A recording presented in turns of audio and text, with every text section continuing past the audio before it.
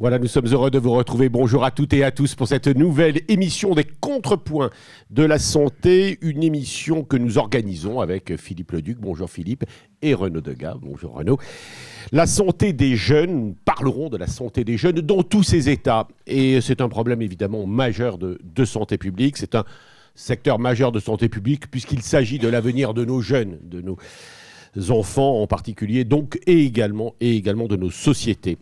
Et nous avons le sentiment que cette question de la santé des jeunes a peut-être été, dans les périodes précédentes, moins traitée que ce qu'elle devait l'être, même si les contrepoints de la santé ont déjà, évidemment, abordé tous ces sujets de l'organisation d'une meilleure santé pour sa jeunesse.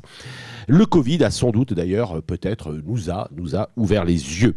Donc, nous allons parler de santé mentale dans tous ses états, nous allons parler des jeunes, nous allons parler de la santé des jeunes, nous allons parler de psychiatrie, nous allons particulièrement parler de pédopsychiatrie et puis des troubles du neurodéveloppement. La santé mentale a été promue une grande cause nationale pour 2025. Elle avait été annoncée par le précédent Premier ministre, mais le Premier ministre actuel, François Bayrou, a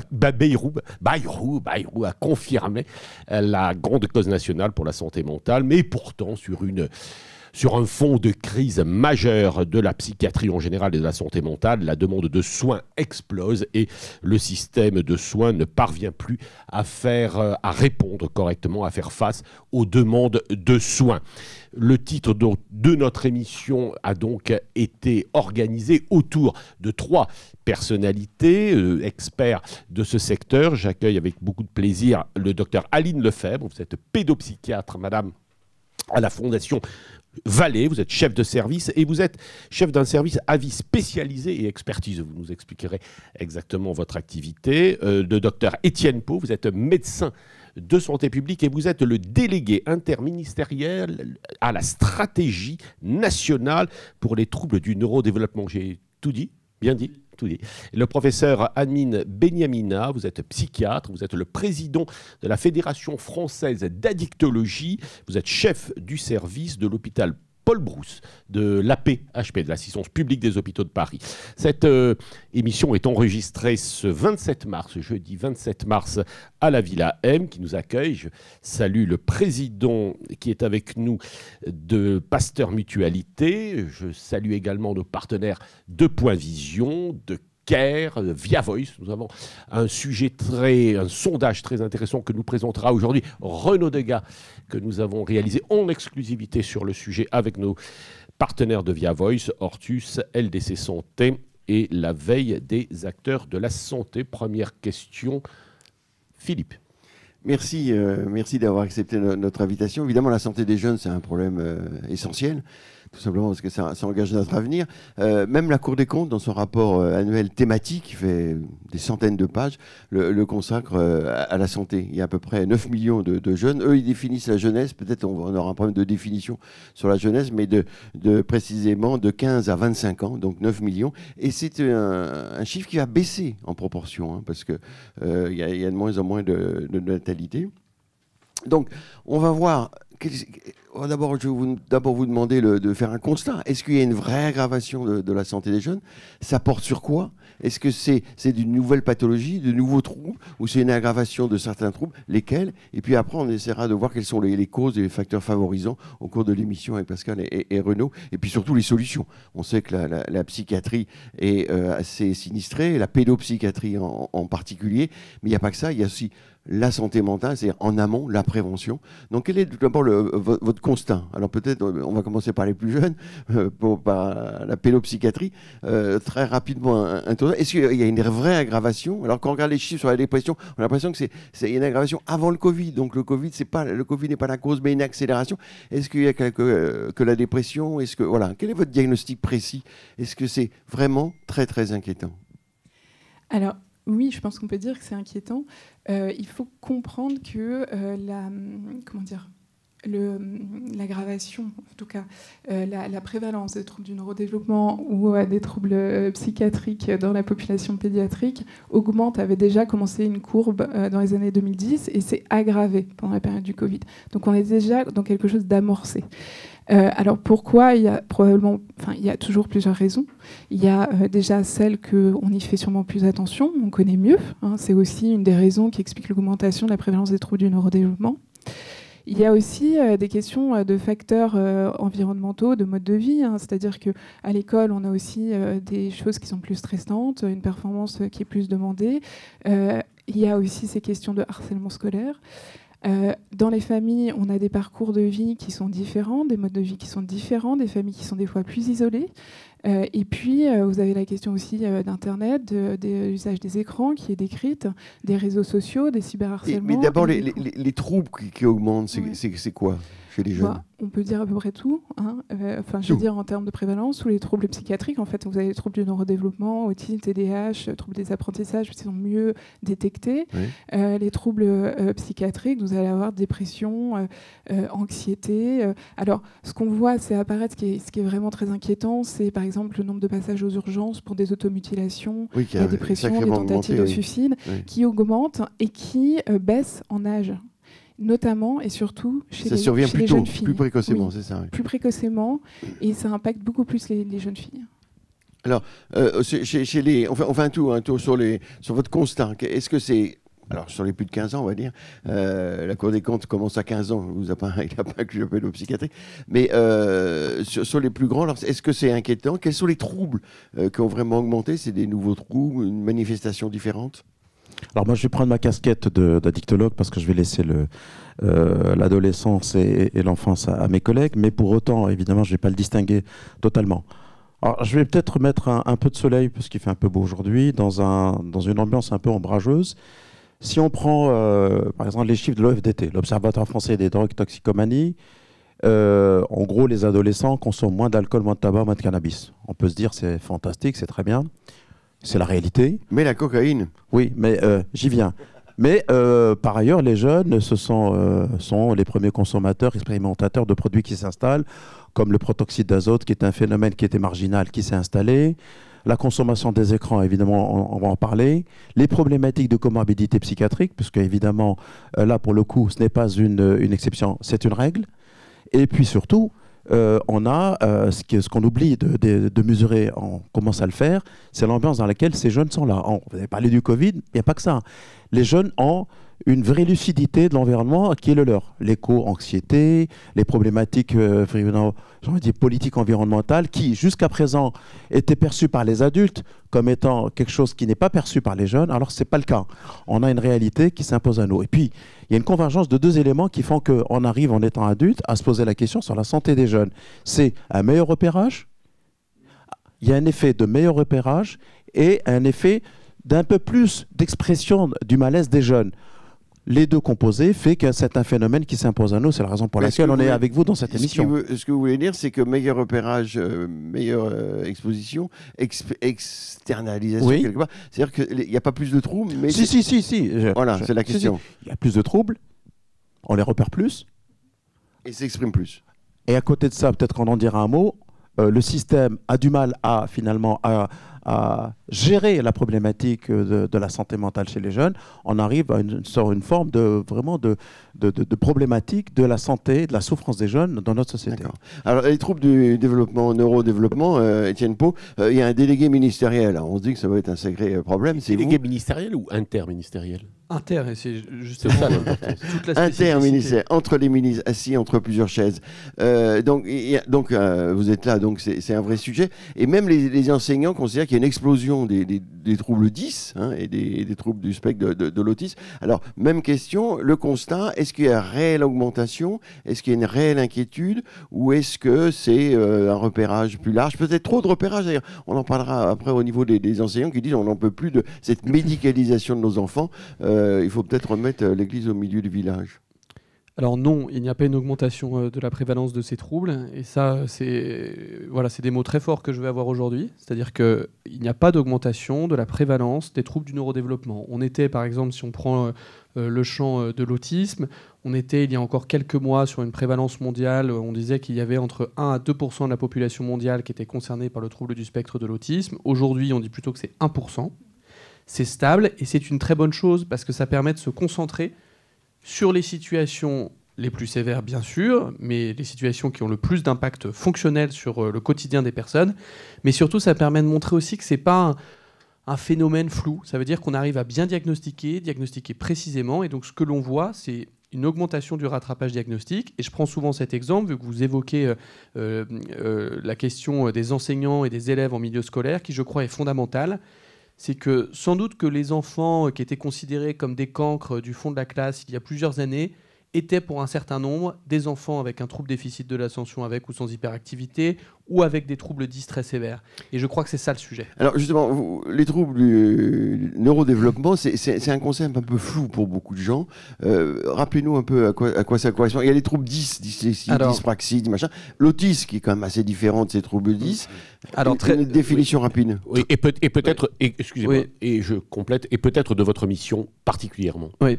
Alors, la stratégie, donc je mène pour l'ensemble du gouvernement une stratégie nationale pour les troubles du neurodéveloppement qui a été voulue par le président de la République, qui s'est traduit par une première stratégie, puis une deuxième que je mène actuellement, qui englobe, dans le sens de l'action publique, l'autisme, les troubles 10, donc la dyslexie, la dyscalculie, mais aussi ce qu'on appelle la dyspraxie, qui sont des troubles de la coordination, qui, pour résumer, peuvent être une maladresse très accentuée chez des enfants qui vont être en vraie difficulté au quotidien, et aussi, bien sûr, le trouble déficit de l'attention avec ou sans hyperactivité, le trouble du développement intellectuel. Avant, on parlait de déficience intellectuelle. La réalité, c'est que les troubles du neurodéveloppement, ça englobe sans doute beaucoup plus de choses. Ça englobe, et mes collègues pourraient en parler, des maladies psychiatriques d'apparition très précoce, des maladies rares, des syndromes génétiques. Et je suis souvent interpellé sur le syndrome d'alcoolisation fœtale, qui pourrait tout à fait rentrer dans le champ des troubles du neurodéveloppement, mais aussi les paralysies cérébrales. Je crois que ce qui est important, c'est que les troubles dont on s'occupe dans le cadre de cette stratégie nationale sont les troubles qui ont une prévalence, un impact fonctionnel très important et qui constitue aussi l'essentiel des enfants et des adultes accueillis dans des établissements et services médico-sociaux dans notre pays et sur lequel il faut amener une réponse plus précise. Pourquoi a-t-il fallu que le gouvernement, les pouvoirs publics, peut-être même d'ailleurs le président de la République, s'intéressent à ces sujets? Pourquoi fallait-il avoir une mission et pourquoi interministérielle? Expliquez-nous, parce que c'est important. Ici, on s'intéresse à la santé, à la médecine, à la science, mais aussi à l'organisation. Alors, je ne vais pas rentrer dans le détail des mesures. On a 81 mesures, c'est 680 millions d'euros, donc c'est conséquent, réparti en interministériel. Il y a des mesures, par exemple, sur l'emploi. C'est-à-dire que pour la première fois cette semaine, j'ai signé une instruction qui permet à des personnes autistes sévères d'avoir un CDI dans une entreprise ordinaire et d'être accompagné par un service médico-social. Donc là, vous voyez, c'est une mesure strictement emploi. Vous avez des mesures sur la formation des magistrats, sur la formation des forces de l'ordre pour l'accueil des personnes présentant un trouble du neurodéveloppement. C'est une dimension très transversale. Et pour répondre à la question très précise, pourquoi une stratégie ?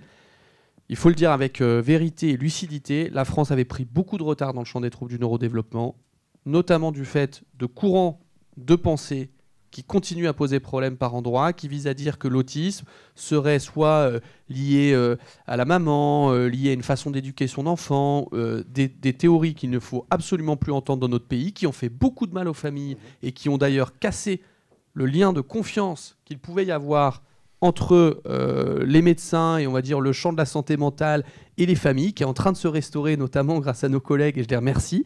Mais donc, vous voyez, ça, c'est, je pense qu'il faut vraiment le rappeler. C'est ce qui a posé c'était problème. différent. À l'étranger, c'était différent. À l'étranger, on précisera les choses. Mais tout à fait. Mais à l'étranger, oui, très clairement. Où, comment ? Alors, on a une situation qui est bien plus apaisée dans les autres pays d'Europe et dans l'ensemble des pays du monde. Je crois qu'au-delà de parler de courants d'accompagnement ou de prise en charge, la seule chose qui nous réunit ici, c'est de savoir est-ce que les modalités d'accompagnement pour les enfants concernés par un trouble du neurodéveloppement ou une maladie psychiatrique leur permettent de progresser. Et en fait, là où la France doit aller encore plus loin, c'est évaluer ça. C'est-à-dire que, et de la même façon que la stratégie nationale que je porte aujourd'hui, peut-être que ce que je dis aujourd'hui sera moins vrai demain, mais ça veut dire qu'il faut qu'on accepte dans l'autre sens que ce qui était vrai hier n'est plus vrai aujourd'hui. Mais alors justement, au niveau des enseignants, ils ont un vrai problème dans les classes, paraît-il. Ils n'ont pas de moyens, alors que c'est évidemment clé. Et puis, ils ont le sentiment un peu, d'après ce qu'on entend dire, qu'il y a trop de médicalisation de ces troubles. Qu'est-ce que vous en pensez vis-à-vis des enseignants, des professeurs des écoles ? Je crois, pour aller beaucoup voir les enseignants, je pense que leur crainte, elle est légitime de dire finalement on a besoin d'aide, nous. Et ce qui est normal, parce qu'on n'a jamais accueilli autant d'enfants en situation de handicap à l'école ordinaire. Et ça, la France peut être fière de cet effort qui a été fait, qui n'est pas du tout le cas dans les pays voisins. C'était la loi 95 de Chirac. Et même très dernièrement, c'est-à-dire que la loi sur globalement les droits des patients, sur le renforcement de l'autonomie, de l'autodétermination, on n'a pas cessé dans notre arsenal législatif de rappeler l'importance d'intégrer les personnes dans toutes les sphères de la vie quotidienne. Et donc sur l'école, c'est vrai que les enseignants peuvent être encore en difficulté. Je crois qu'il y a 2 réponses fondamentales à ça. C'est la formation. C'est quoi les troubles du neurodéveloppement? C'est quoi les maladies psychiatriques? Parce que c'est pas que l'affaire des soignants. Les enseignants ont besoin aussi d'être sensibilisés à ces questions-là. Et l'autre sujet, c'est accepter que les équipes médico-sociales rentrent dans l'école ordinaire. Et ça, c'est ce qu'on a porté notamment au travers de l'autorégulation à l'école, qui a radicalement changé le visage des écoles qui accueillent ces enfants en situation de handicap. Pour la première fois, des enfants peuvent être accompagnés par un orthophoniste, par un psychomotricien, un ergothérapeute, un psychologue. À ce moment-là, vous savez que c'est mon dada, en absence de médecine scolaire. En l'absence de médecine scolaire, mais la médecine scolaire ne fait pas tout. Et je pense que ce qui... En plus, elle est un peu sinistrée, la médecine Mais non, mais scolaire. justement, elle ne fait pas tout. Et je pense que nous devons être adaptables et s'adapter. Je vous dis d'autant plus que je suis médecin moi aussi. C'est-à-dire, est-ce que la santé mentale, le champ des troubles du neurodéveloppement et le handicap, est-ce que c'est qu'une affaire de médecin? Je ne pense pas. Et ça veut dire qu'il faut continuer à faire monter en compétence les autres professionnels et aussi, je vais le dire, faire un peu plus confiance aux professionnels. Oui. Autre que les médecins. Cela étant, tout le monde a un enseignant dans sa famille. Franchement, ils ne sont pas formés à accueillir parfois des enfants en difficulté. Hein. On y travaille et je peux répondre très concrètement là-dessus. Nous avons un plan de formation qui est lancé de façon expérimentale par le Centre d'excellence de Montpellier, qui pour la première fois va lancer des formations croisées entre enseignants et professionnels du médico-social. Ce que je veux vous dire, l'enjeu, il est là aussi. Quand vous avez un enseignant et des professionnels du médico-social qui sont dans une même classe, mais qui n'ont pas bénéficié des mêmes formations, c'est très questionnant. Alors, globalement, il y a une aggravation où il n'y a plus de diagnostic, de repérage. Est-ce que c'est civilisationnel? Quels sont les facteurs favorisants de tous les troubles, le trouble du neurodéveloppement? Vous avez dit que ça n'augmentait pas, donc on peut se dire que c'est un problème de prise en charge. Mais sous ces addictions, quelles sont les causes, les facteurs favorisants sur lesquels on pourrait agir sur les addictions et puis évidemment en pédopsychiatrie? Si vous me posez la question des addictions, il y a une règle qui est universelle. Il y a toujours eu des drogues et des drogués, entre guillemets, depuis que l'humanité existe. Hein. C'est la rencontre entre une personne, un produit, un environnement. Évidemment, ces 3 éléments changent.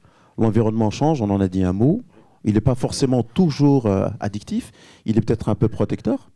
Voilà, tant qu'il faut le dire. Il y a la personne, on parle des jeunes, c'est sa personne psychologique avec des facteurs, ce qu'on appelle des traits de caractère qui peuvent amener à faire des expériences, à ne pas avoir peur du danger, à essayer de connaître quelque chose de nouveau. Et puis le produit, le produit change.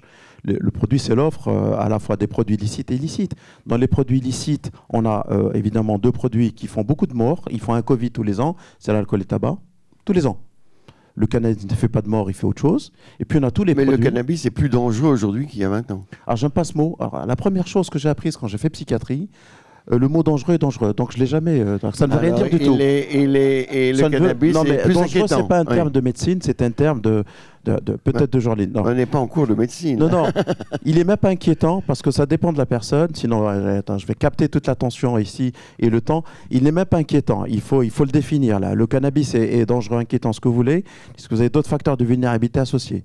En gros, le tabac tue plus et il a une perception qui est moins dangereuse, y compris chez les psychiatres, lorsque très clairement on préfère les laisser fumer que de faire foutre le tintamarre dans les pavillons de psychiatrie, notamment dans les années 2000. Il y a 20 ans, on a l'impression que c'était récréatif et que ça n'avait pas beaucoup de conséquences. Oui. Là, on a l'impression que les produits qui constituent le cannabis... je vais faire attention. Allez-y. Je vous arrêterai sinon, si vous dérivez. Il était proctologue dans cette Allez-y. Entraîne plus de conséquences. Là, vous avez raison, vous voyez. Ça, c'est le facteur lié au produit. Pourquoi? Parce que le produit qui est proposé, parce que les seuls qui proposent, c'est les trafiquants, on est d'accord. Hein. Ok. Le produit c'est plus concentré. Non, il n'y a pas que plus concentré. Les contenus sont de mauvaise qualité. Pardon de parler vulgairement, c'est la réalité. C'est un marché international et qui génère beaucoup d'argent. Donc, on vous propose du cannabis dans lequel vous avez des composants dans lesquels vous avez beaucoup de THC, très peu de CBD pour faire court, tout le monde sait, vous sortez à la fin au bout de la rue, vous avez du CBD shop et vous avez des gens qui sont meilleurs que vous et moi en matière de produits. Donc ce qu'on propose, que le trafiquant, ce sont les seuls qui propose de quelque chose qui est très mauvais pour nos enfants, ce qui n'est pas le cas ailleurs dans des pays où on a un peu légalisé. Donc là c'est très mauvais. Il reviendra, vous imaginez. Non. Là, c'est très mauvais. Vous voyez, ça, c'est une approche qui n'est pas très politiquement correcte dans ma bouche, Oui. mais qui est une approche pragmatique santé publique. En gros, on a des gamins qu'on offre aux trafiquants, qui leur offrent un produit de mauvaise qualité et pour lesquels on est en train de gloser ici. Ça, vous voyez, c'est une approche de santé publique Oui. qu'on oublie de faire parce que c'est le gros trou. À vous écouter, est-ce qu'on risque pas de se tromper et de considérer que vous dites les addictions, il y en a toujours eu, les produits changent, mais il n'y a rien de nouveau sous le soleil. Est-ce qu'il y a une vraie aggravation et des facteurs favorisants de la société? Alors l'aggravation, je vais vous la définir, c'est la précocité de la consommation. Tout produit, c'est un mauvais signal que l'on envoie au cerveau. Plus vous consommez tôt et plus vous avez une chance de consommer et de devenir addict à pratiquement tous les produits. C'est ce qu'on appelle le système de récompense, c'est quelque chose qui se stimule très vite. Alors, ça peut être évidemment du cannabis, de la cocaïne, de l'alcool, ce que vous voulez, des médicaments. Je rappelle que quand même, il y a de moins en moins d'héroïne et beaucoup plus de fentanyl ou d'oxycodone. Voilà. Donc ça, c'est un aspect qu'il faut avoir en tête. On est très très vigilant sur la précocité de la consommation et les premiers contacts. Ça, c'est une réalité. Et puis, il y a une diversification des produits proposés. Actuellement, le gros enjeu, c'est les produits qui arrivent à la maison par la poste. C'est ce qu'on appelle les drogues de synthèse. C'est ça. Les drogues naturelles sont passées de mode, elles sont maîtrisées, elles sont classées. Vous avez pratiquement tous les jours à l'est de cette planète des officines, des laboratoires qui nous offrent des produits qui arrivent directement à la maison. Il y a un autre élément qu'on oublie, c'est que les addictions ont été révolutionnées dans le mauvais sens du terme par le digital. Ouais. Vous avez dans le dark web, les points de deal sont le dark web. Les points de deal ne sont pas là où on envoie la police. Hein. Je peux vous assurer que lorsque vous démontez un point de deal, vous en avez 1000 qui apparaissent dans le dark web ou dans le web tout D'accord, donc c'est un vrai sujet de préoccupation. Vous posez la question, voilà ce que c'est 2025. Vous êtes très convaincant quand vous nous expliquez, enfin quand vous expliquez là, quand vous parlez sur également les produits qui deviennent évidemment attirants ou attractifs. Alors ils sont plus sucrés, ils ont des odeurs agréables. Alors ça, c'est valable quand on vapote, c'est aussi l'alcool avec des nouvelles formes de... Enfin, ça, j'aimerais bien qu'on reparle aussi de ça pour montrer comment il y a vraiment une attirance pour l'argent et faire en sorte que les gens consomment. Je réponds répondez. Alors, je vais vous répondre aux deux. Les trafiquants ne font que reprendre ce que le lobby met en place. Il y a un lobby constitué en France, c'est le lobby de l'alcool et du vin. C'est un vrai marché. Ça va être pire parce que de l'autre côté, ils vont avoir 25% à sortir, donc il faut tout écouler ici. Comment continuer à vendre redites-le ça. Ah mais vous en faites pas. Non, mais c'est vrai, j'y avais pas pensé à ça. Évidemment, c'est-à-dire que comme ça n'ira pas aux États-Unis, il faut bien le vendre localement. Ça va être le phénomène des dom-toms. 70% du rhum fabriqué dans les Antilles sont consommés par les Antillais. On l'oublie. Non mais il faut l'avoir en tête. Imaginez-vous les 30%, vous avez dans le reste du monde. Imaginez la quantité consommée. Vous savez que l'argent est fait par les gens malades. Hein. Alors, pour pouvoir produire des gens malades, il faut les... L'argent est fait par les gens malades. L'argent, évidemment, est produit par les gens malades. L'industrie de l'alcool fait son chiffre d'affaires sur les gens malades, bien qu'elle s'affiche en disant il faut laisser la liberté aux gens de consommer avec modération. C'est pas vrai, c'est faux, tout ça est faux. Qu'est-ce qu'on fait ? On renouvelle les régiments, entre guillemets, les garnisons de consommateurs. Lorsque, à un moment donné, vous avez suffisamment accroché un homme d'âge mûr qui consomme, qui finit par entrer dans le soin ou qui meurt, il faut renouveler. On renouvelle chez qui ? Chez les femmes et chez les enfants. Et c'est à ce moment-là qu'on market l'alcool. On fait du sucré, du joli, du beau. Ouais. Alors ça c'est intéressant, c'est parce qu'en fait l'alcool finalement chez les personnes, les adultes baisserait, on a pris conscience, le tabac aussi, et en fait le nouveau marché s'offre, alors chez les femmes, ça c'est l'évolution de la société, les femmes égales des hommes, etc. Mais et chez les enfants, je trouvais ça très original. Complètement, on a même réussi à vendre, on a même réussi quand même à mettre sur le marché des eaux alcoolisées, comme si vous aviez la possibilité de prendre de l'alcool sans eau. On a vendu des eaux alcoolisées. Pour vous dire jusqu'où on peut pas... C'est la bière ? Non, c'est des eaux alcoolisées. Le cidre, entre autres. Alors, non, mais en France, vous avez quand même, on est dans un pays dans lequel il y a de l'alcool partout, sauf dans le Nord, puisque la bière, c'est pas de l'alcool. Lorsque vous posez la question, qu'est-ce que c'est le craving ? Expliquez, parce que tout le monde ne sait pas. Qu'est-ce que c'est que le craving ? Alors, le craving, c'est ce qu'on appelait, c'est un terme, c'est ce qu'on appelle finalement la dépendance psychologique. Mais il y a une subtilité. Le craving, c'est quand même une instance dans laquelle il y a de la psycho, il y a du socio, mais il y a aussi une instance qui est neurobiologique. Cette envie irrépressible de consommer et qui finalement est le noyau central, le disque dur de l'addiction. Lorsque vous arrivez à sevrer quelqu'un et que vous l'accompagnez, il n'a plus des signes de manque physique, dans sa tête, il faut quand même éteindre le craving. Et c'est tout le travail. Hein. La légitimité de mon métier, c'est moi, je suis un cravingologue en vérité. Parce que celui qui s'occupe du sevrage, ça peut être n'importe qui en médecine de ville. Voilà, il ne faut pas avoir. Mettez quelqu'un en prison, on oublie de lui donner du Valium, il est alcoolique. Et, dans 99% des cas, il est guéri de son sevrage. En revanche, il n'est pas guéri de sa maladie. Et ça, c'est fantastique et c'est important. Ce que vous voulez dire, c'est que, en fait, tabac, alcool, c'est quand même les principaux risques. Ben, ça fait un Covid tous les ans. On oublie un peu trop souvent, c'est ça que vous voulez dire. 72 500 plus 4, et pas 42. que chez les jeunes, mais chez les jeunes. Alors, il y a moins de consommation d'alcool chez les jeunes, oui, je crois. Oui, oui. Moins de tabac. Moins de tabac, mais il y a des alcoolisations brutales, je dirais. Oui, non, est-ce que c'est un risque? Est-ce que ça débouche sur une alcoolisation chronique ou... Alors, pendant longtemps, on a parlé de binge drinking, vous savez, les alcoolisations. Oui. On a pensé que, à partir de 24 ans, ce qui est vrai, la courbe diminue. Mais les études de neuropsychologie et les études d'imagerie montrent que, quand même, un cerveau qui a été abîmé de manière ponctuelle, répétée, finit par laisser des traces. Alors, ce n'est pas la dépendance de problème pour les jeunes. Un jeune à qui vous dites arrête de fumer, tu vas mourir, il vous rit au nez. J'ai le temps de mourir. Hein. Non, c'est les risques immédiats. Par exemple, pour l'alcool et pour les psychostimulants, c'est de faire un accident de la voie publique, cette victime ou bien acteur finalement de violence. C'est ça qui pose problème. C'est finalement obérer son avenir familial, professionnel. Faut que ça lui parle. Et au bout, ça coûte cher à la société. Voilà, en pédopsychiatrie, alors vous nous l'avez dit un petit peu sur les causes et les facteurs favorisants. Quels sont... Si on approfondit un peu la question, quelles sont les nouvelles causes, les nouveaux facteurs favorisants? Est-ce qu'il y a de nouveaux concepts Une petite question simplement pour compléter celle de Philippe. Qu'est-ce que c'est la pédopsychiatrie? Ça commence quand et ça se termine quand? J'aimerais bien c'est la pédopsychiatrie pour les nuls. Alors, donc allons-y. Allez-y, mais c'est très important sur les transitions. Hein, notamment. Non, mais justement, la pédiatrie, c'est jusqu'à 15 ans. Est-ce que vous arrêtez à 15 ans? Non, je ne crois pas. Justement. Alors, ça commence à la naissance avec la périnatalité. Et puis, dans les soins, en tout cas au niveau des hospitalisations, maintenant, on hospitalise jusqu'à 18 ans. C'est ça, c'est 18 ans. La Fondation Vallée, par exemple, vous prenez des enfants, enfin des jeunes, jusqu'à 18 ans. Oui.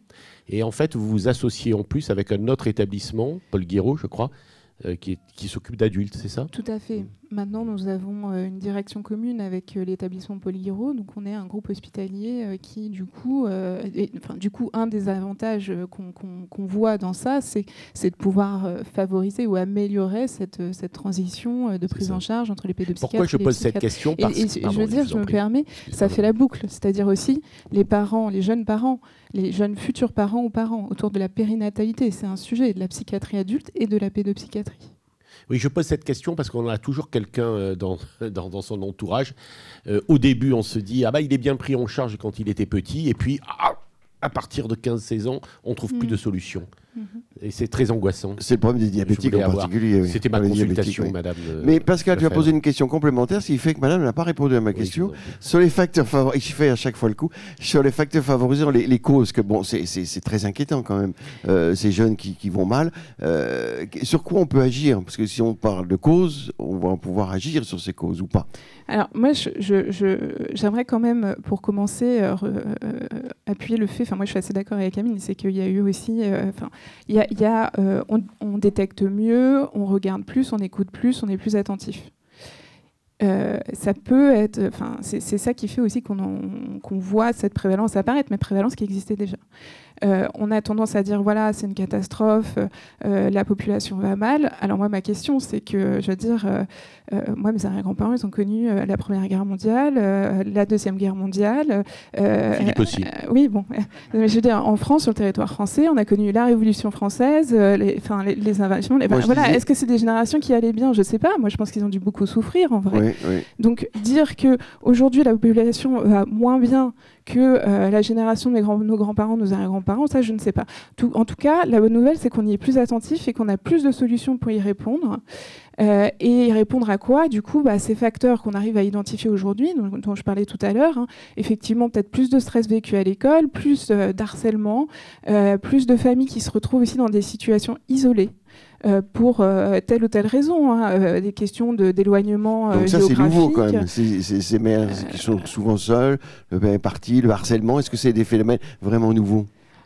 En tout cas, on les distingue aujourd'hui. D'accord. La chose qui est peut-être plus nouvelle, c'est justement ces questions via Internet, qui est un outil extraordinaire, mais qui effectivement aujourd'hui, on ne contrôle pas exactement toutes les modalités, comme d'autres modalités, comme dit Amine, voilà, au niveau des substances, il y en a qu'on connaît bien maintenant, il y en a des nouvelles qui apparaissent. Via Internet, il y a ces questions de réseaux sociaux et de contrôle de qu'est-ce qui se passe exactement. Ça, c'est une des causes qui effectivement sont nouvelles et pas bien connues. Ça, c'est hyper inquiétant quand même. Oui. Non, les écrans. Il y a une série sur Netflix qui s'appelle Adolescence, qui est terrible, où il y a un jeune qui assassine une jeune femme, et c'est lié aux écrans. Quelle est la part des écrans dans toute cette aggravation de troubles? Alors, il y a ce temps passé, le temps passé aux écrans, c'est du temps qui n'est pas passé avec d'autres personnes, c'est du temps qui n'est pas passé à faire des apprentissages, à avoir des relations sociales en direct. Le temps passé sur des réseaux sociaux, c'est des interactions sociales qui ne sont pas en direct et qui du coup n'ont pas ce pouvoir de régulation émotionnelle, enfin ce qui se passe entre deux personnes. Donc ça, effectivement, c'est quelque chose qui est un peu inquiétant. C'est aussi des personnes et des jeunes qui sont vulnérables et qui peuvent se retrouver en l'espace de 24 heures avec 500 messages d'insultes, de harcèlement d'un coup sans trop savoir pourquoi et ne pouvant plus se retrouver à retourner à l'école. Oui. Donc on a effectivement des situations tragiques de jeunes qui arrivent aux urgences avec cette histoire-là et qui ont des passages à l'acte ou des intoxications médicamenteuses. Oui. Pour réagir, enfin je partage totalement ce que dit Aline. Alors pour réagir et notamment sur l'évocation de cette série qui fait Adolescence de l'actualité en ce moment, c'est que je me permets là aussi, c'est pas l'écran qui fait qu'un jeune assassine une collègue de classe. Et vous voyez pourquoi je suis très ferme. Oui, mais parfois un facteur favorisant, c'est comme une cause. Il faut être très prudent sur ces formulations parce que, y compris dans le champ des troubles du neurodéveloppement. Je peux vous dire, on passe notre temps à entendre, et Amine, qui a présidé la commission sur l'exposition aux écrans, je pense pourrait en dire aussi beaucoup, c'est qu'on a beaucoup entendu, oui, mais les écrans, ça provoque l'autisme. Ça n'a jamais provoqué l'autisme. Et les écrans n'ont pas du tout, ni de près ni de loin, n'ont provoqué l'autisme. Il n'y a aucune étude dans le monde scientifique qui sort un quelconque lien entre exposition aux écrans et autisme. Par contre, c'est un sujet de société qui interroge notre rapport aux écrans. Et là où je vais vous dire, je suis surpris, c'est que systématiquement, quand on interroge le rapport aux écrans, c'est un peu comme pour les addictions aux produits. C'est systématiquement dire, ah oui, non mais les jeunes, les enfants... Non mais attendez, ça interroge notre exposition aux écrans. Nous tous, là, regardez, Pascal Morel a son téléphone à ses pieds, moi aussi, vous avez le téléphone ici. Depuis que j'ai écouté M. Benyamina, je coupe mon téléphone à 11h du soir. Mais ce que je veux dire par là, c'est que... grâce à lui, parce que pour préparer cette émission... C'est des questions sociétales. Est-ce que vous regardez combien de temps vous passez sur votre téléphone? Parce que moi, je regarde souvent avec les ados aussi, que je vois en consultation, ils rigolent un peu de moi, parce que je suis pire qu'eux. Ah voilà. Et donc, non mais c'est fondamental de dire ça parce que si vous voulez, je voudrais pas qu'on se trompe d'objet parce que je vais vous dire, dans le champ des troubles du neurodéveloppement et de l'autisme, par exemple, les écrans, c'est une aide inouïe, notamment pour accéder à une communication alternative pour des jeunes qui ne sont pas en capacité de parler. Et donc, voilà, l'écran bashing, attention. Alors, un mot sur les écrans. Vous vouliez dire quelque chose sur les écrans, oui. Parce que c'est vrai qu'on en parle beaucoup et ça paraît comme... Parce que c'est un enfermement, c'est une bulle cognitive. Enfin, on voit bien la dangerosité des écrans et des réseaux sociaux. Quand on parle écran, on parle réseaux sociaux. Est-ce qu'il faut vraiment s'inquiéter ou pas? Attention au mot dangereux. Attends. Non, je vais vous faire un petit historique. Est-ce que dangereux, ça va dans ce cas-là? Je vais essayer de répondre en faisant un petit historique pour expliquer pourquoi on a... Et après, on écoute le sondage. En 30 secondes. En 30 secondes. Le président de la République nous a rassemblés il y a 2 ans pour nous demander de faire un rapport. On était à la commission écran. D'ailleurs, Étienne a été auditionné. On a fait 29 propositions. Mais l'idée du président de la République c'était secondaire aux émeutes des jeunes. Et la presse avait rapporté que les jeunes se donnaient des consignes sur les réseaux sociaux, notamment Snap et TikTok, tout ça. Donc il a dit, qu'est-ce qui se passe? Éclairez-moi, j'aimerais savoir. Donc il nous a donné 3 mois, on a gagné 1 mois, 4 mois, on a fait 29 propositions. Ce qu'on a remarqué, c'est qu'évidemment, c'est une technologie fantastique qui n'est pas vieille, elle a 20 ans. En 20 ans, on a changé d'époque, changé de monde, on est passé sur quelque chose d'absolument édifiant. Et donc, rappelez-vous que c'est grâce à cette technologie qu'on a pu rester en contact pendant le Covid, que des Français très très loin peuvent voir des médecins dans des endroits où ils ne peuvent pas y aller, qu'on peut régler un certain nombre de choses. C'est quelque chose qui a bouleverser positivement notre vie. Et Je alors finis. Et alors Je Non, mais finis, justement, je finis. on attend la fin. Je finis. Il n'y a pas que ça. C'est un extraordinaire support pédagogique, notamment pour des jeunes handicapés, tout ça. Bon, le problème est là. Simplement, ça a totalement phagocyté la vie des jeunes. C'est le principe. Qui n'a pas de problème avec son gamin quand il part en vacances? Qui n'a pas un problème avec son gamin lorsqu'il faut venir à table et poser le téléphone là-bas? Donc, l'idée de la commission qui a fait 20 ans de proposition, c'est de retrouver la place, une liberté. Ce n'est pas de bannir les écrans. Et sur la problématique, et je m'arrête là, des maladies générées par l'écran, c'est non. On a eu donc un non, c'est non. Y compris sur le plan psychiatrique, il y a des comorbidités importantes sur lesquelles il y a des questionnements, mais ce n'est pas l'écran qui va générer les maladies psychiatriques. Mais qui peut favoriser. Mais justement, alors dans vos propositions, est-ce que ça avance? Est-ce que oui. c'est mieux gérer les écrans, ce que vous dites? Alors, je peux vous donner quand même un scoop. Hein. Oui, allez-y. On a vu la ministre, Madame Vautrin, il y a 2 jours. La coprésidente et moi, Servane Mouton. Il y a probablement, il y a même certainement une campagne qui va être lancée, parce que je vous rappelle que quand même, on a rendu le rapport il y a pratiquement 1 an. Il y a eu les Jeux Olympiques, une dissolution, il y a eu un gouvernement qu'on a remercié pendant la période probatoire. Donc il y a quand même des choses qui se sont organisées en France.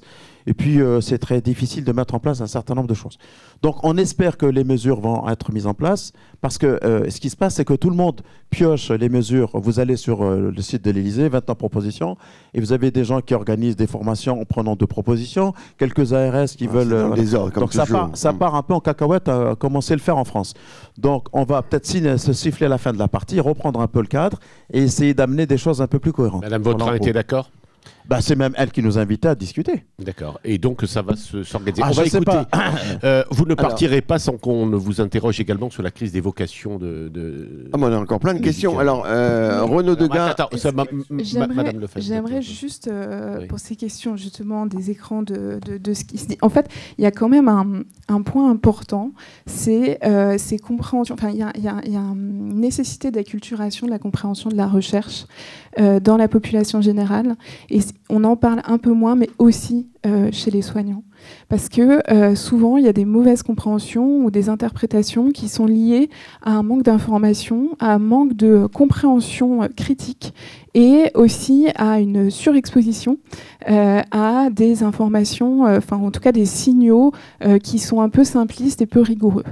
Et pour qu'on puisse un peu sortir de ça et qu'on puisse avancer tous ensemble, je pense qu'il faut vraiment qu'on puisse permettre à chacun de pouvoir un peu mieux comprendre les avancées de la recherche, pour pouvoir justement mieux comprendre, être moins défiant vis-à-vis de la recherche, mieux intégrer aussi et de manière ajustée les données de la recherche aux modifications des soins qu'on apporte, puisque la médecine, elle est toujours en avancée, elle est toujours en mouvement et c'est normal. Et puis qu'on puisse avoir peut-être des endroits où on puisse un peu partager ça. Et encore une fois, que ça soit en population générale, enfin, je veux dire, on apprend aux étudiants, aux lycéens à penser par eux-mêmes des cours de philosophie. Je pense qu'il faut aussi leur apprendre à être critiques vis-à-vis de ce qu'ils peuvent avoir comme information. Et ne pas oublier, effectivement, dans tout ça, que ça soit les professionnels même de santé, les enseignants, enfin voilà, tous les... Je fais un peu de pub, nous nous intéressons avec Sciences Po, notamment à ces questions de santé et information avec Philippe. Renaud Degas, notre sondage via Voice, donc les Français et la santé des jeunes. Oui, très intéressant. Et on voit qu'il y a un fossé entre les jeunes et les vieux. Oui, entre autres, mais c'est intéressant. Je pense que par rapport à vos premières interventions, vous allez être dans les commentaires. Justement, on voit peut-être la problématique d'information et de perception des subtilités en fait de ce qui est perçu et du réel. Adrien Broche, qui d'habitude fait ce commentaire de sondage, n'a pas pu être là ce matin, donc je le remplace avec une première chose, un premier constat dans ce sondage, c'est que on a en gros 58%, donc une grosse majorité de Français qui estiment que la santé des jeunes s'est détériorée ces dernières années. Voilà, ça, c'est alors est-ce que c'est le thermomètre, est-ce que c'est la réalité, c'est un peu notre discussion depuis tout à l'heure, avec aussi un jugement, alors un peu plus nuancé, puisque sur la politique publique qui est insuffisamment investie sur les jeunes, pour 49% d'entre eux, mais il y a quand même 41% des Français qui jugent qu'on n'est pas trop mal non plus. Donc, voilà, c'est pas non plus il y a pire. Et franchement, moi, je m'attendais à un jugement plus négatif par rapport aux politiques publiques. Mais mon jugement, on s'en fiche un peu. Ensuite, il y a les causes d'aggravation. Oui. Et les causes d'aggravation, et là, je trouve, c'est là où on retrouve toute la différence d'appréciation entre les générations, puisque globalement, on va dire, les Français mettent en tête de liste deux causes d'aggravation principales, c'est la consommation de drogue et d'addiction à 50%, et l'usage excessif des écrans, on vient d'en parler, à 50% également. Suivent en deuxième niveau le manque d'activité physique et les conditions sociales et économiques, donc 30% et 25% pour l'autre. Ce qui est très intéressant, c'est de voir la différence entre les générations. C'est-à-dire que les chiffres, VI Voice les a divisés entre les moins de 50 ans et les plus de 50 ans. Et là, on ne trouve pas la même chose. C'est-à-dire que les plus de 50 ans désignent l'addiction et les écrans vraiment majoritairement. Et les moins de 35 ans sont plus sur, on va dire, des causes plutôt sociétales, avec les conditions sociales et économiques, et qui arrivent en premier, ou en tout cas bien plus fortement que chez les plus de 50 ans. Donc là, il y a un premier indice de différenciation, d'appréciation. En gros, on peut dire que les plus de 50 ans estiment que les causes d'aggravation sont liées à des éléments de comportement individuel, alors que les plus jeunes estiment qu'il y a aussi on va dire la société, en tout cas les conditions économiques des jeunes qui sont à mettre en lumière, en premier. Sur les leviers d'action perçue, on retrouve un petit peu en écho sur les causes d'aggravation, puisque pour les Français, à 37%, il faudrait limiter l'usage des écrans, améliorer les conditions sociales et économiques des jeunes, alors là, voilà, à 34%, et renforcer la prévention contre les addictions à 29%. Donc là, il y a une espèce on retrouve les trois causes principales. Je pense vraiment qu'on tourne autour de ça, et les plus de 50 ans, bien sûr, privilégient l'usage des écrans et la lutte contre les addictions, et les moins de 35 ans, plutôt, bien sûr, renforcer, améliorer les conditions sociales. Un point sur, on va dire, les responsabilités des uns et des autres sur les actions possibles. Là aussi, pas de surprise, hein. Les plus de 50 ans estiment que les parents et les familles sont désignés comme acteurs principaux, et largement, 69% des répondants. Alors excusez-moi, ça c'est globalement 69%, mais on atteint le score de 78% chez les plus de 50 ans et de 55% chez les moins de 35 ans. Donc là aussi, on voit que l'aspect individuel, familial, responsabilité individuelle est plus fort chez les plus de 50 ans, et chez les jeunes, on retrouve une responsabilité plus sociétale. Le dernier point vient de tomber par terre. Excusez-moi. On croirait François Bayrou, ouais, à la tribune de l'Assemblée nationale. Depuis que Bayrou, moi, j'ai plus aucun complet, je prends mon temps. Alors, le dernier point, c'est qu'il y a quand même, il y a cette différence générationnelle, mais il y a quand même des convergences autour de la prévention, du recours aux soins à développer, et l'éducation à la santé des plus jeunes. Ça, on pourrait dire qu'il y a une espèce de consensus sur une action commune à mener, et on en revient toujours quand même. Il y a un point important, et peut-être que c'est trop souvent négligé. Il y a peut-être une vision des plus âgés qui ont quand même fait la plupart de leur vie dans une situation plus confortable globalement. Peut-être un manque de perception de la difficulté sociale et économique perçue et réelle par les plus jeunes. Et ça, je pense que c'est un élément qui est sous-estimé peut-être. Tour de table, il n'y a pas de table, mais réaction. Ça ne m'étonne pas. Je ne suis pas étonné parce que chacun finalement répond en fonction de ce qu'il vit, hein. Les plus de 50 ans, évidemment, on voit les jeunes sur l'écran, ils voient les jeunes consommer, pour eux, c'est le diable absolu. Et puis les jeunes vivent la situation de précarité sociale, de laisser pour compte, ce qui est parfaitement légitime. Donc il y a un fossé entre les jeunes et les... Non, il n'y a pas de fossé. il y a un fossé dangereux. Il y a un angle de perception qui est différent, qui n'est pas un fossé. Oui. Mais en vérité, la solution vient des deux. Je veux dire, il faut gérer à la fois les problématiques addictives, les écrans, ce que vous voulez, et en même temps, il y a une réalité sociale dans laquelle se débattent les jeunes qui est réelle, qui est vraie. Les problèmes de...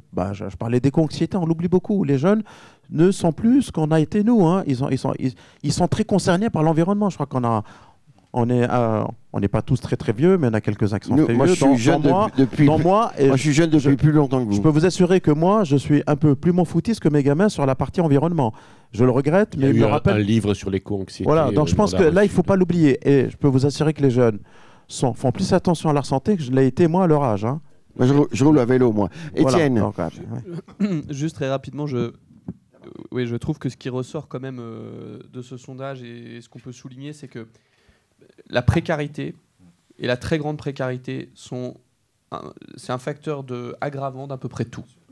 Et ça, je pense qu'il faut qu'on le rappelle parce que, y compris nous, dans nos politiques publiques, je pense qu'une des difficultés, c'est qu'on ne l'intègre pas assez dans la modélisation des réponses que l'on fait. Je vais vous donner un exemple très simple. Quand vous décidez du nombre d'établissements ou de services pour personnes en situation de handicap que vous devez mettre en place dans le pays, vous n'intégrez pas forcément la variable du revenu moyen sur le territoire, vous n'intégrez pas forcément la variable proportion de femmes en situation monoparentale, vous n'intégrez pas un certain nombre de facteurs qui réellement peuvent impacter la santé des personnes et les conséquences qu'il peut y avoir, y compris en termes de handicap. Et j'insiste vraiment lourdement là-dessus parce que je pense que c'est ce qui peut aussi mettre d'accord les générations entre elles.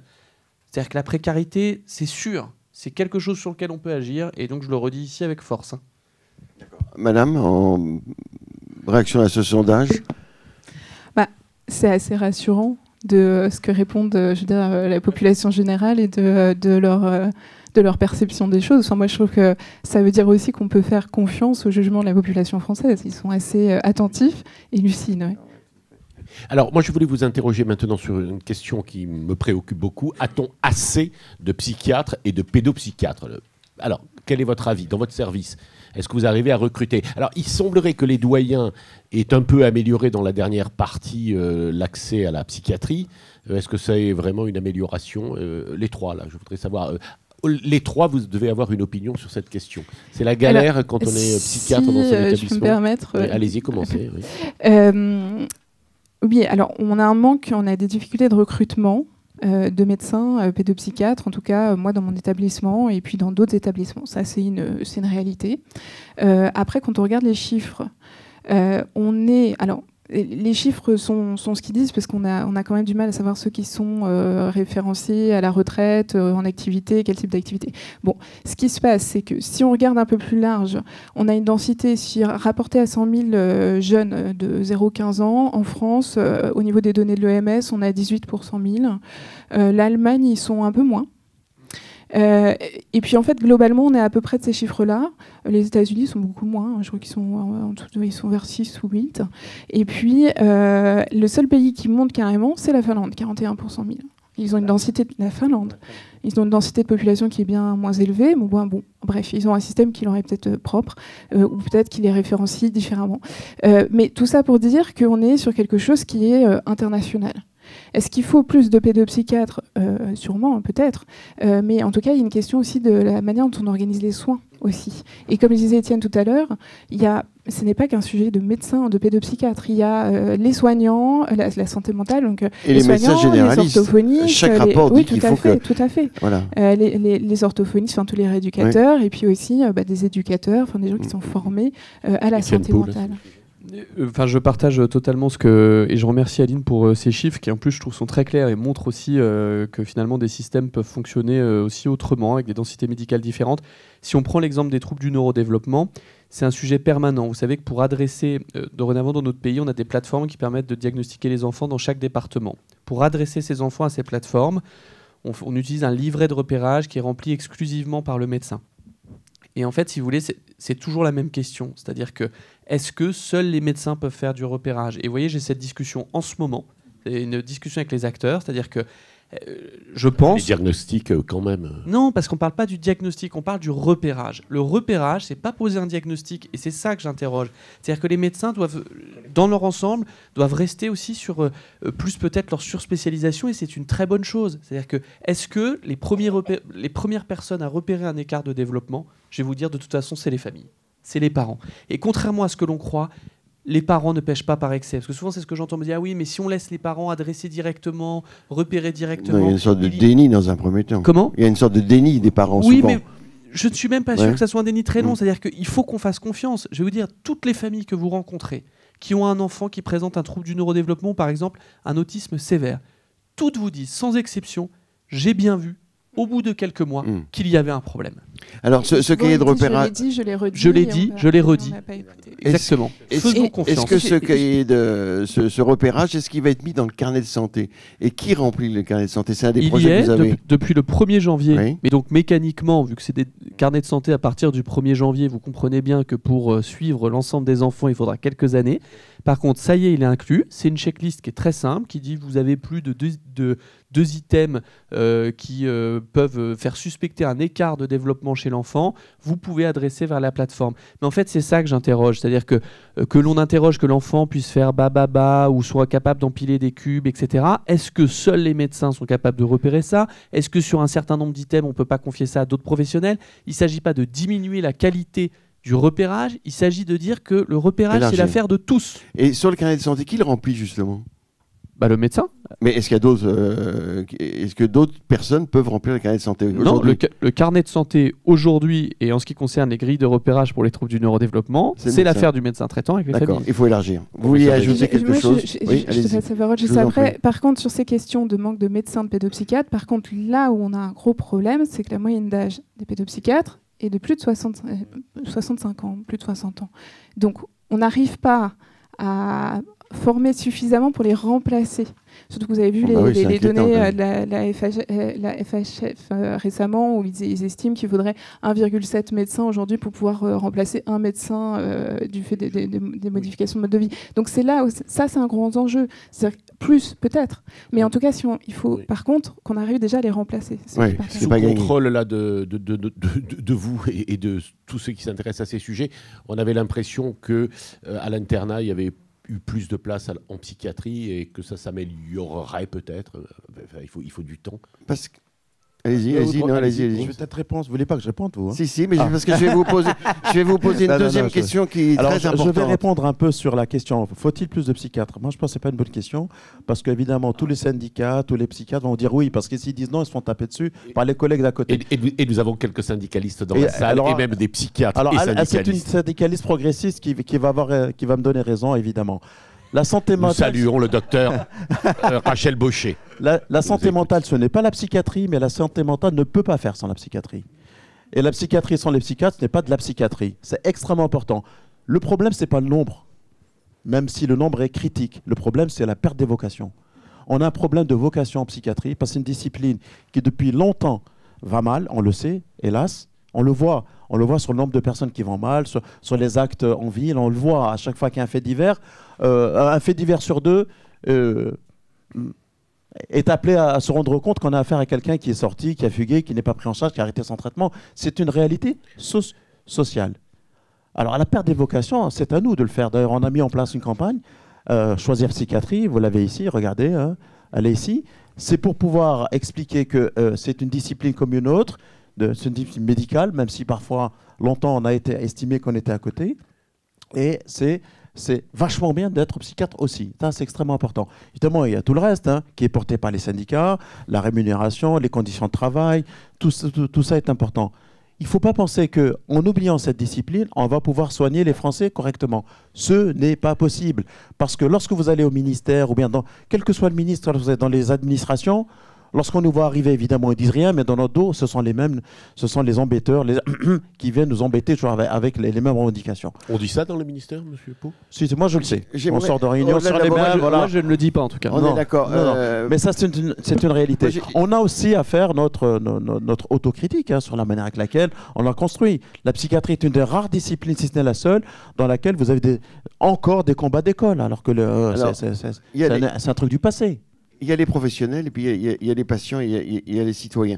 Il y a un sujet qui me semble intéressant, qui est peu développé, pourtant ça a l'air génial, c'est l'enseignement de la compétence psychosociale. J'aimerais avoir votre avis. C'est défini comme la capacité d'une personne à faire face aux exigences et aux défis de la vie en société. Alors, est-ce que cet enseignement de compétences psychosociales, est-ce que c'est vraiment un levier qui vous paraît intéressant ou c'est un gadget? Il y a un plan qui a été plus ou moins lancé en 2022 là-dessus. On n'en entend pas beaucoup parler. Dès l'âge de 4 ans jusqu'à l'adolescence, il devrait y avoir cet enseignement. Est-ce que ça se fait? Est-ce que c'est quelque chose sur lequel il faut vraiment insister? Est-ce que c'est un levier puissant pour améliorer la santé des jeunes? Alors moi, je vais être peut-être polémique, je ne connais pas l'avis de mes collègues, je veux dire, bon, ce que je ressens, peut-être que je n'ai pas tous les ressorts. Pour moi, c'est plus qu'un gadget, c'est de la bêtise, c'est de la connerie. Évidemment, pour les DRH et pour les gens qui ont peur des procès. Alors, franchement, je passe mon tour parce que je vais être vraiment très politiquement correct. Alors, moi, je vais sans doute, ce qui est encore plus terrible, être sans doute pas très politiquement correct non plus. C'est-à-dire que tous ces termes, ça parle à qui en fait? C'est-à-dire que allez voir les Français et leur dire on a une super idée pour vous, vous allez faire de la réhabilitation psychosociale. Ça ne parle à personne. Ça ne veut pas dire que derrière, il n'y a pas des concepts utiles, mais je peux vous dire que c'est un vrai problème parce que moi, en ce moment, je suis aux prises à... Il faut faire de la réhabilitation psychosociale, il faut faire de la psychoéducation, il faut faire de l'éducation thérapeutique, et puis il faut faire de la guidance parentale. Et puis après, allez demander aux Français ce qu'ils pensent de tout ça. Les Français, ce qu'ils disent juste, c'est... Ils ne comprennent pas de toute façon. J'ai une situation simple. L'éducation thérapeutique, moi je comprends. Hein. Ah non, mais ça, c'est pas de l'éducation thérapeutique. Oui, mais ce que je veux dire, c'est que c'est beaucoup de concepts avec parfois, en plus, des points de jonction. Parce que si je vous pose la question, c'est quoi la différence entre la psychoéducation et l'éducation thérapeutique? Je pense que vous allez avoir du mal à me répondre. Et donc, je dis juste que on peut parler de ça entre nous, entre professionnels, affiner ces concepts, mais je dis que vis-à-vis des Français, il y a un moment, il va falloir quand même quelque chose de lisible. Par exemple, je vais vous dire, la guidance parentale, la psychoéducation, etc. Le seul sujet, c'est le soutien aux familles. Qu'est-ce qu'on fait pour aider les familles et les parents? Point barre. On parle simple. Il y a une question que madame, je voudrais vous poser. Même sentiment pédopsychiatrie? Oui, mais moi je veux te répondre. Attends. Oui, tout à fait. Guidance parentale, éducation thérapeutique, on s'est posé la question avec mon équipe. On s'est dit, mais en fait, c'est quoi la différence? Enfin, on fait comment? Comment on distingue? Bon, on a été regarder tout ça pour être au clair. Mais je veux dire, si même nous, c'est pas toujours très clair, comment est-ce qu'on peut le rendre clair? Alors que, encore une fois, les parents, ce qu'ils demandent, c'est d'être aidés, accompagnés et de savoir comment bien faire. Et aussi d'être renforcés dans le fait qu'ils savent bien faire. Ça, c'est le problème des CMP quand même. En psychiatrie, les CMP, les centres médico-psychologiques, ils sont quand même en déshérence totale. Des rendez-vous à 6 mois, il faut le dire quand même. Parce on a l'impression que tout va bien et on a assez de psy. On a dire que tout va bien. Non, mais les CMP, c'est catastrophique quand même. Il y en a, c'est 1 an, 2 ans. Voilà, c'est encore pire. Alors, il y a un sujet qui est un sujet sérieux, enfin j'espère. Enfin, vous allez mais tout est sérieux depuis tout à l'heure, M. Morel. Non, mais ce sont les questions. Non, je voulais dire, ce sont les questions de mon confrère. Ce sont les questions de mon confrère Philippe qui, de temps en temps, nous fait faire quelques errances. Mais enfin, vous êtes quand même psychiatre, vous comprenez. Il est proctologue, il paraît. Vous allez lui soigner. Dites-moi, non, il y a un sujet. Alors là, je reprends un air grave. C'est les suicides, évidemment. Alors, monsieur le professeur, les suicides, notamment des jeunes, les suicides, les violences, d'ailleurs, toutes les violences qui existent, notamment quand même en majorité chez les jeunes, les violences sexuelles, sexistes, les risques psychosociaux. Ça, on a quand même mis le doigt sur de vrais sujets, non? C'est la réalité. Et d'ailleurs, on essaye quand même d'y remédier, d'organiser les choses. C'est très juste. On a vu quand même une inflation des suicides chez les jeunes. Hein. C'est très clair. Il y a des rapports qui ont été remis. Le rapport, c'est Richard Delhomme qui a travaillé là-dessus. C'est une réalité. Il faut se pencher, il faut voir. Il faut essayer de répondre, il faut essayer d'anticiper, c'est très clair. On a fait des choses, notamment le plan Papageno, le numéro unique. Il y a des choses qui ont été mises en place. La France ne regarde pas... Nous sommes écoutés dans la salle, je le dis aussi, je la salue, Madame Marbach, qui s'intéresse à ces sujets, qui m'a d'ailleurs complètement. Ça, c'est extrêmement important. On répond. Et on répond aux enjeux. Il y a le suicide des vieux qui est aussi un problème très important. De tout le monde, évidemment. Renaud Degas, et on arrive au terme. Renaud Degas, dernière question... Le contrepoint de Renaud Degas. Oui, le contrepoint, en fait, je m'attendais à ce que vous réagissiez au décalage entre le titre de l'émission, la santé des jeunes, et le fait qu'en fait, on ne parle que de psychiatrie et de neurodéveloppement. Donc, j'ai une question de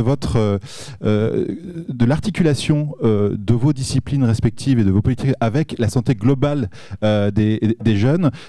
Comment elle se fait et les interactions peut-être que vous repérez au quotidien entre ces deux aspects? Rapidement, en matière... Moi, je suis addictologue, je fonctionne avec l'ensemble des disciplines.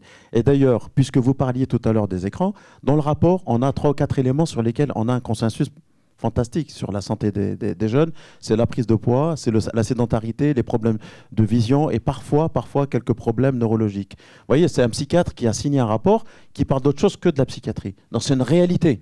C'est une réalité, évidemment. Pour rebondir là-dessus, je vais vous prendre un exemple très simple. On est en train de créer des centres ressources pour le trouble déficit de l'attention avec ou sans hyperactivité. J'ai réuni l'ensemble des représentants des spécialités médicales. Et si vous voulez, on se rend compte qu'il faut encore faire des ponts pour que justement il y ait une approche de santé qui soit plus globale. Je vais vous prendre un exemple très simple. Pédiatres et pédopsychiatres. Les pédopsychiatres, je le dis très tranquillement et je laisserai Aline réagir, mais sont encore insuffisamment formés au développement normal de l'enfant, à ce qu'est le développement normal de l'enfant.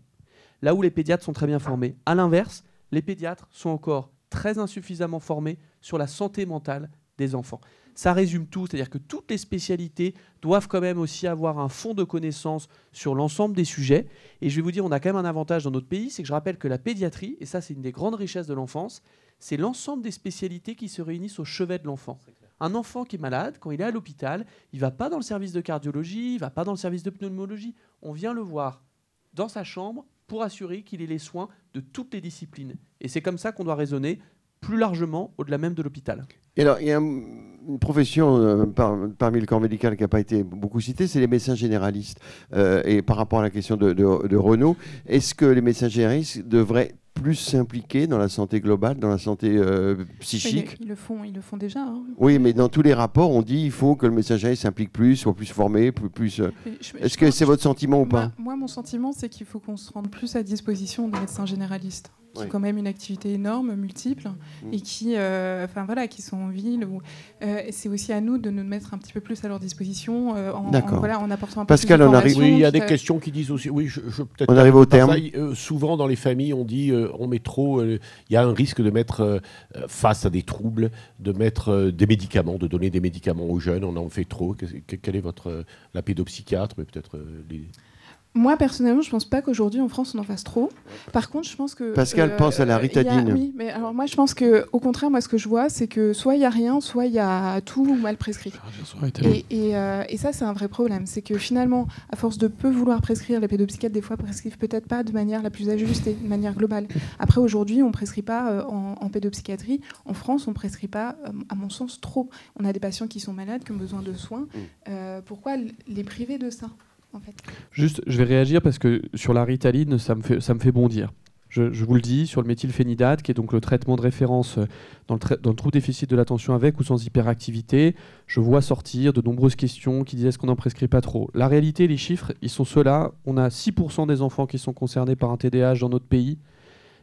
La proportion d'enfants qui bénéficient d'un traitement par méthylphénidate, c'est 0,2%. Autrement dit, on est largement en dessous de ce qu'on devrait faire, ce qui ne veut pas dire que 100% des enfants doivent bénéficier de ce traitement, mais largement en dessous. Et quand je vois des personnes qui viennent me dire « mais oui, mais regardez, les États-Unis, les pays nordiques, ils ont commencé à diminuer ». Mais attendez, on en est très très loin.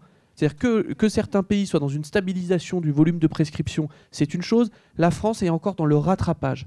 Il y a, et je le dis ici très clairement, trop peu d'enfants qui bénéficient d'un traitement par méthylphénidate, raison pour laquelle une recommandation de la Haute Autorité de Santé est sortie cet été. Et le deuxième point, c'est que je m'inquiète, et ça rejoint ce qu'on a dit aussi sur les dérives que l'on peut entendre, le safran et un certain nombre de compléments alimentaires ne sont pas des traitements de près ou de loin du TDAH. Parce que c'est ça la difficulté. C'est qu'on dit on prescrit trop de médicaments comme s'il y avait globalement des solutions absolument miraculeuses qu'on aurait mis de côté dans notre pays. Le méthylphénidate est un traitement prouvé, validé, accessible dès 6 ans chez l'enfant et il faut plus l'utiliser. Et le TDAH non traité est à risque d'avoir des comorbidités psychiatriques. On arrive au très important. Pascal, et juste parce que j'avais moi 20 ans. j'ai des patients qui viennent et qui sont suivis depuis longtemps en pédopsychiatrie que je traite et qui ne reviennent plus. En pédopsychiatrie. Enfin, ils reviennent pour le renouvellement, mais ils n'ont plus besoin de tous les soins. Avant que tu conclues, je voulais demander au professeur Benyamina une consultation particulière. Il est dit très souvent, il faudrait avoir votre réaction, sur notamment les accidents d'excès de drogue. Enfin, de dire, en fait, c'est pas de chance parce que les jeunes se droguent, mais en fait, les accidents, c'est vraiment une très faible minorité. parce que génétiquement, c'était pas de chance, il avait les mauvais gènes, etc. Qu'est-ce que vous répondez à ces gens qui disent ça? C'est-à-dire qu'en réalité... Vous avez compris la question? Oui, Et il va la reformuler, je crois. Oui, je pense, oui. C'est-à-dire qu'en réalité, on dit finalement, la drogue, les jeunes prennent sûr. de la drogue, et en fait, il y a des accidents majeurs, avec des évolutions psychiatriques majeures, parce que finalement, ce jeune-là était prédestiné. C'est le poids de la génétique, pour faire simple. Oui, le poids de la génétique. Il est quasi nul en matière d'addiction, même si très clairement, longtemps, on a parlé du gène de c'est des facteurs prédisposants, mais qui sont très mineurs. Mais je répète, c'est ce que j'avais dit au départ, les problématiques addictives, c'est la rencontre entre un moment dans la vie, un environnement facilitateur, une personne et un produit. Il y a des produits qui sédatent, d'autres qui excitent. Donc c'est pas de chance lorsque ces trois éléments sont rassemblés, on a des accidents. Et les accidents arrivent plus chez les jeunes que la dépendance, parce qu'il faut du temps pour être dépendant. Alors, conclusion, j'avais 20 ans. Je ne laisserai personne dire que c'est le plus bel âge de la vie. C'est qui?